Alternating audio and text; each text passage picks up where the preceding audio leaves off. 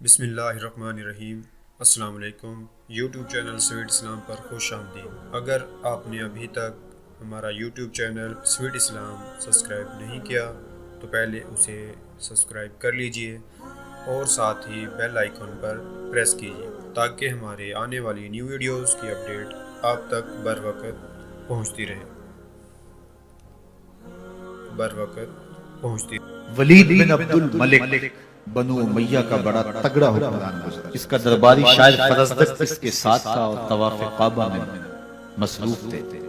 حجر اسود کے مقابل آئے تو دل میں خیال آیا کہ حجر اسود کو چوم لے۔ آگے بڑھے، رش اتنا تھا کہ ہمت نہ ہوئی، پھر واپس ایک جانب کھڑے ہو گئے کہ رش کم ہوتا ہے تو حجر اسود کو بوسہ کرتے ہیں۔ اتنے میں طواف کرتے ہوئے حضرت امام زین العابدین رضی اللہ تعالی عنہ حجر اسود کے مقابل ایک لمحے کا توقف کیا، لوگوں نے راہیں چھوڑ دی، آگے بڑھے، حجر اسود کو بوسہ کیا، آگے بڑھے۔ ولید کو بڑا غصہ آیا کہ لوگوں نے میرے لیے تو راستہ ہی نہیں چھوڑا اور میں بادشاہ وقت ہوں اور امام زین العابدین کے لیے راہ کشادہ کر دی، تو وہ اپنی آتش غیظ و غضب کو ٹھنڈا کرنے کے لیے اپنے درباری شاعر فرزدق سے مخاطب ہوا اور حضرت امام زین العابدین کے حوالے سے کہنے لگا، من ھذا، یہ کون ہے؟ جب آپ کسی کو جانتے نہ ہوں تو پھر کسی کو کہیں کہ یہ کون ہے، کسی کے بارے میں کہیں تو آپ سمجھنے کے لیے کرتے ہیں، اور جب آپ کسی کو جانتے ہوں اس کے بارے میں کہیں یہ کون ہے تو یہ اس کی تحقیر کے لیے ہوتا ہے، اس کو غیر اہم ثابت کرنے کے لیے ہوتا ہے۔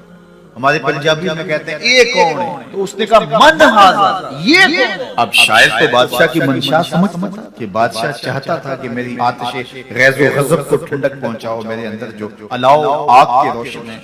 ان کو ذرا ٹھنڈا کرو اور حضرت امام زین العابدین کی مذمت میں کچھ لکھو۔ لیکن فرزدق شاعر نے سوچا کہ میں جہنم کی آگ کیوں خریدوں، ساری زندگی شاہوں کی مدح خوانی کی ہے، تو جب بادشاہ نے کہا نا من ھذا، یہ کون ہے، تو فرزدق بادشاہ سے مخاطب ہو کے کہنے لگا، بادشاہ تو نہیں جانتا یہ کون ہے؟ اس کو تو بطحا کے سنگ ریزے بھی جانتے ہیں یہ کون ہے، اس کو تو زمین والے بھی جانتے ہیں، آسمان والے بھی جانتے ہیں یہ کون ہے، یہ فاطمہ کا بیٹا ہے، یہ علی کا لخت جگر ہے، یہ رسول اللہ کا نواسہ ہے۔ تیرا من ھذا کہنا اس معرفہ کو نکرہ نہیں کرے گا، یہ کل بھی معرفہ تھا، آج بھی معرفہ۔ کھڑے کھڑے امام زین العابدین کا قصیدہ پڑھا، وہ تو مذمت کی اشعار سننا چاہ رہا تھا، لیکن جب قصیدہ سنا تو بھڑک اٹھا اور فرزدق کو جیل بھیج دیا۔ امام زین العابدین کو پتہ چلا تو آپ نے اشرفیوں کی 2 تھیلیاں خادم کے ہاتھ میں دیتے ہوئے کہا، جاؤ فرزدق کو دے آؤ۔ فرزدق کو جب تھیلیاں ملی انہیں چوما، آنکھوں سے لگایا، پھر خادم کے ہاتھ میں واپس دیتے ہوئے کہا، حضرت امام زین العابدین کو میرا سلام دینا اور کہنا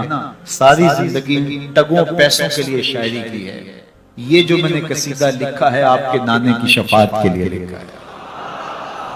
جو دلوں کو فتح کر لے وہی فاتح زمانہ۔ یزید کا نام بھی مٹ گیا، حسین ابن علی کا نام آج بھی زندہ ہے، حسین ابن علی کا نام کل بھی۔ یہ زندگی قاتلان حسین عبرت کا نشان بنے، جو بھی حضرت امام حسین کے قتل میں شریک ہوا، ابو عبیدہ مختار سقفی کے ذریعے سے کام لیا گیا اور وہ اپنے عبرتناک انجام کو پہنچے، پیاسے رکھ رکھ کے ان کو تڑپا تڑپا کے مارا گیا، جس طرح انہوں نے اہل بیت کے ساتھ سلوک کیا تھا۔ ابو عبیدہ کے لوگوں نے ایسے ایک ایک کو ڈھونڈا، تلاش کیا اور تڑپا تڑپا کے مارا، پیاس کی شدت میں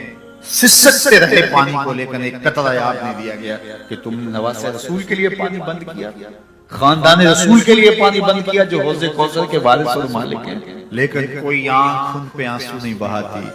کہ ان کو پیاسا رکھ کے مارا گیا، کوئی ان کا نوحہ نہیں پڑھتا، کوئی ان کا ذکر نہیں کرتا۔ کربلا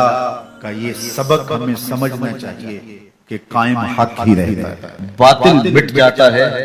اور بہت جلد اپنے منطقی انجام کو پہنچ جاتا ہے۔